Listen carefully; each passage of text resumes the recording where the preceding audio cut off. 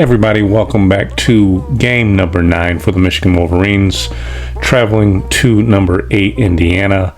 Indiana was favored by 14.5 points, so I didn't have very high expectations of this game, but let's get right into it. So Indiana did get the ball first. They didn't do anything, so Michigan gets the ball. And they're actually moving the ball pretty well down the field. Nice pass over the middle to Moore there. We get it inside the 5, 3rd and goal. Moore drops back and just drops the ball. Lucky to recover that, but it makes for a long field goal, 39-yarder. But one thing we do have is a good kicker. So Michigan takes the early 3-0 lead. Then Indiana gets the ball, move it up the field. Nice pass and catch there. Now they're inside the 10 and 2nd and goal. Nice pass, nice catch there. Michigan did nothing on their next possession, so early in the 2nd quarter, Indiana again gets some pressure there, but breakdown in coverage, long pass for the touchdown. And then once again, Michigan does nothing with the ball, so Indiana gets it. Another big chunkage right there. At this point, it is starting to look like Indiana might run us out of the building. But we are able to get the sack there. He fumbled the ball. They recovered it, but so then Michigan gets the ball. They put Orgy in, and then, of course, he fumbles the ball.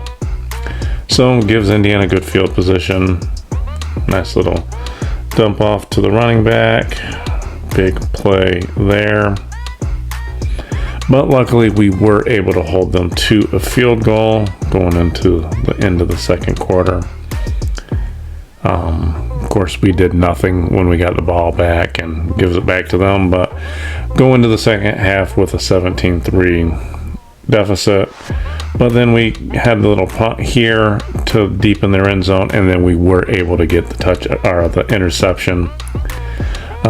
Very disappointing to get the interception inside the 10 and have to be held to a field goal. Got the ball again, held to another field goal.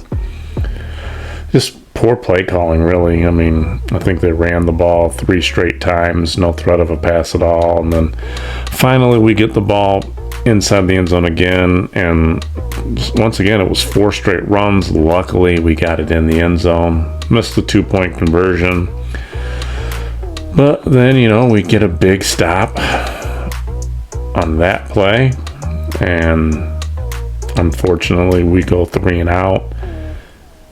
A horrible punt was only 30-something yard punt, and then poor coverage, some missed tackles.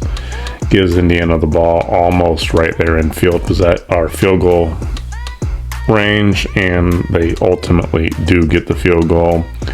Michigan gets the ball back with 2 minutes and 20-something seconds, and I think we got 1 first down and then went 3 and out after that.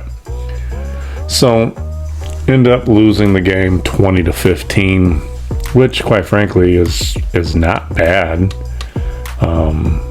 Defense actually did their job in the second half. I mean, Indiana's been scoring 40-something points, it seems like, on everybody they've played. So our defense stood out today, but just offensively, this has to be one of the worst offenses that I can remember us ever having. I mean, Davis Warren is looking better. He's not throwing the interceptions and things like that, but he did have some big missed throws in this game.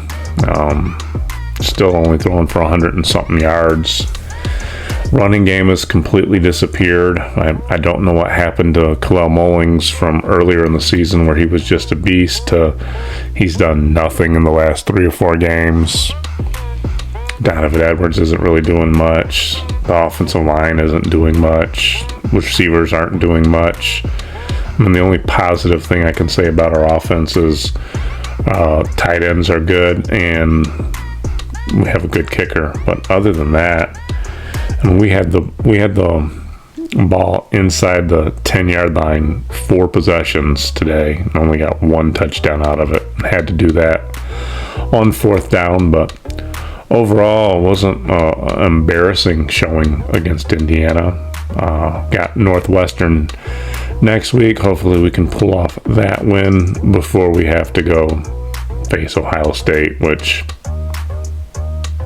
not imagining that's going to be a very fun one for us. So as always, though, it's still go blue over here.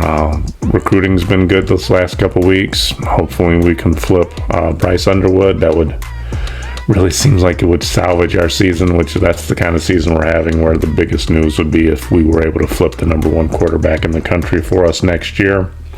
But here's to keeping my fingers crossed.